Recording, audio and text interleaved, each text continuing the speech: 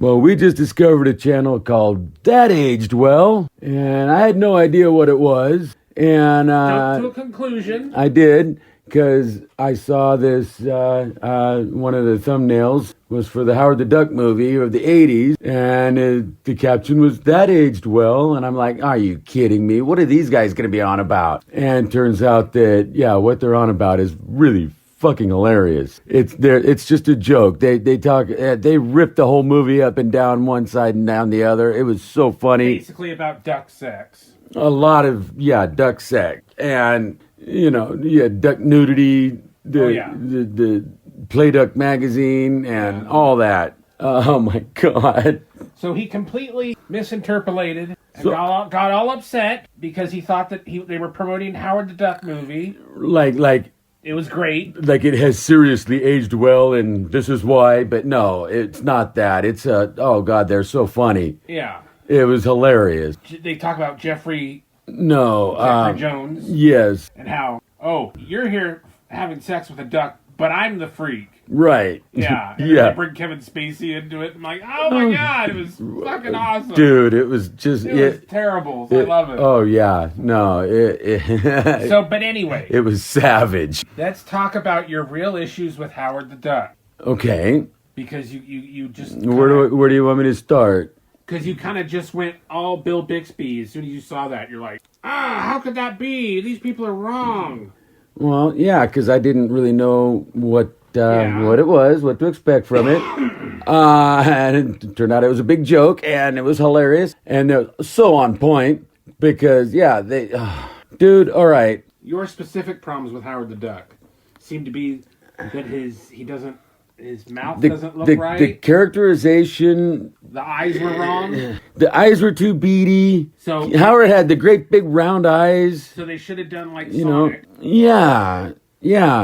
And I know that would probably be problematic with animatics at the time, and whatever. The little midget in the suit. Yeah. Yeah. Having great big eyes. I bet and having be done it.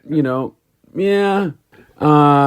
And just his whole characterization was it just a little shy of Howard the Duck, man. It was kind of like held back a little bit. So it was more than Howard just being a sex fiend. Yeah, way more than that. Okay. Actually, that was. I mean, because he wasn't really a sex fiend like that, you know. Whatchamajigger, I mean, him and Beverly were platonic in the comics. They weren't doing it. Whatchamajigger, what's her name, the actress? She was throwing everything she had at him. Yeah. And in the comic, Beverly was always running around in her underwear, but it wasn't like Howard got turned on by it. It was just, Yeah, I was like, well, whatever. Yeah. And it didn't matter because, it wasn't like that between them. Anyway, no, no, they weren't like friends with benefits or whatever. Well, that and all the kids say, even just the whole look at Duck World in the beginning, and we never saw that before. You don't like the black duck, but why did he have to have a boombox? That's racial profiling. The right? black duck with the boombox. Yeah, well, it's a stereotype if nothing else, right? Yeah. It's funny. I actually don't mind the movie. I mean, it's not some great. I mean, epic. It had the cool stop motion big creature in the end and all. But it wasn't as cool as the Rancor. No, but was cool. Yeah. And stop motion's always cool. I was always been a fan of that. So I mean, it was in the days way before CG, and stop motion, and it wasn't like it was another one of those kind of puppets that was all manipulated live. Yeah. Yeah, no, it was totally stop motion. And I did appreciate that. But I mean, it was a bit much over the top climax of this goofy movie. I just think that Tim Robinson. Tim Robbins? Yeah. Yeah. He's what took me out of the movie. Really? Yeah, because I mean, yeah. It's Tim Robbins. Yeah. He's a wanker. I mean, I remember feeling that way when I saw it in the theater when it first came out. I mean, I just, I wasn't crazy about it. A lot of it was like the guy's voice, did how it just didn't do it for me. What And was I know wrong you're with not crazy about Seth Green, but his Howard No, voice I- is I- pretty wait. pretty much right on. Beyond not crazy, he doesn't deserve to work in Hollywood. I mean, who let him sniff his underwear? What the fuck, you know? Well, He's a knob. There.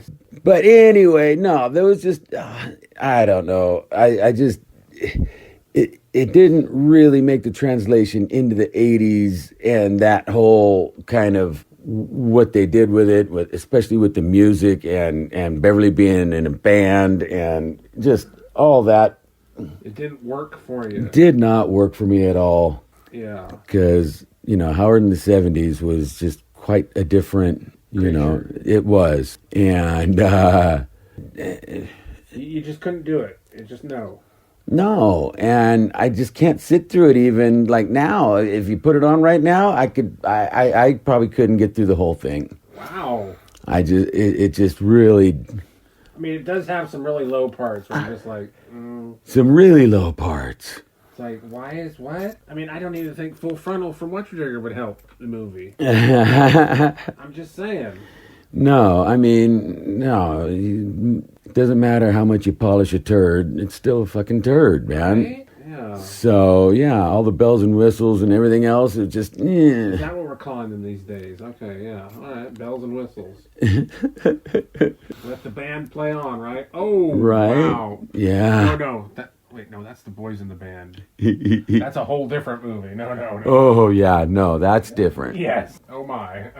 Or the boys from Brazil. Yeah, we don't need that either. No. So, Oh, Brazil, now that's a good movie. yeah. So, anyway, this is our Howard the Duck review. Yeah. Negatory Ghost Rider. Recommend the This Aged Well guys. They're Yeah. great, and they got several things that they've You're gonna done. Put a link to the description. We'll put a link to their video in the description. And if you're still listening, thanks for listening. Like, share, and subscribe.